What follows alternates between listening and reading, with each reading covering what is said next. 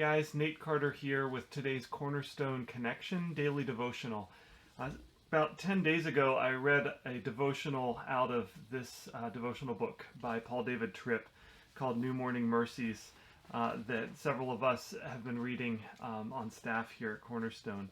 And little did I know how much it would impact me later down the road, but this is from March 8th, and Tripp says this: "If you're God's child, you must never allow yourself to think that the hard things you're now going through are failures of God's character, promises, power, or plan.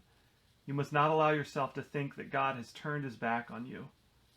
I think there are many times for many of us when we cry out for God's grace and we get it, but not the grace that we're looking for. We want the grace of relief or release.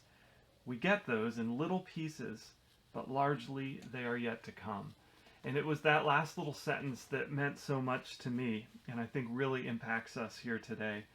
That we get those moments of relief and release in little pieces, but largely they're yet to come. You see, a lot of times we hear messages that to be a follower of Jesus means that things start to go your way, and you start to have a life of comfort and ease and convenience. But listen to what Jesus said in John 16:33. He said, "I've told you these things so that in me you may have peace. In this world you will have trouble, but take heart, I've overcome the world." You see, the only promise that Jesus gives us is that we're going to have trouble. And probably that word's an understatement for many of us. Not knowing what we're about to go through right now, or what maybe some of you already are going through. Perhaps you're experiencing a great deal of hardship with the coronavirus and how it's impacting you and your family. But also not knowing what's ahead for us. That's all part of what Jesus is talking about when he talks about us having trouble. But notice the first part of the verse says, "I've said these things so that in me you may have peace." Jesus wants to offer us peace above all, so that no matter what the world brings to us, we're going to have peace in him.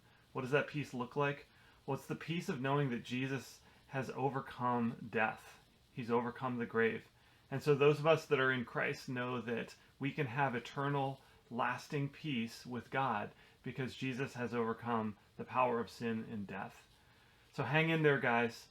We're in a time of trouble right now, and no matter what the world brings us, we have the promise of peace through Christ.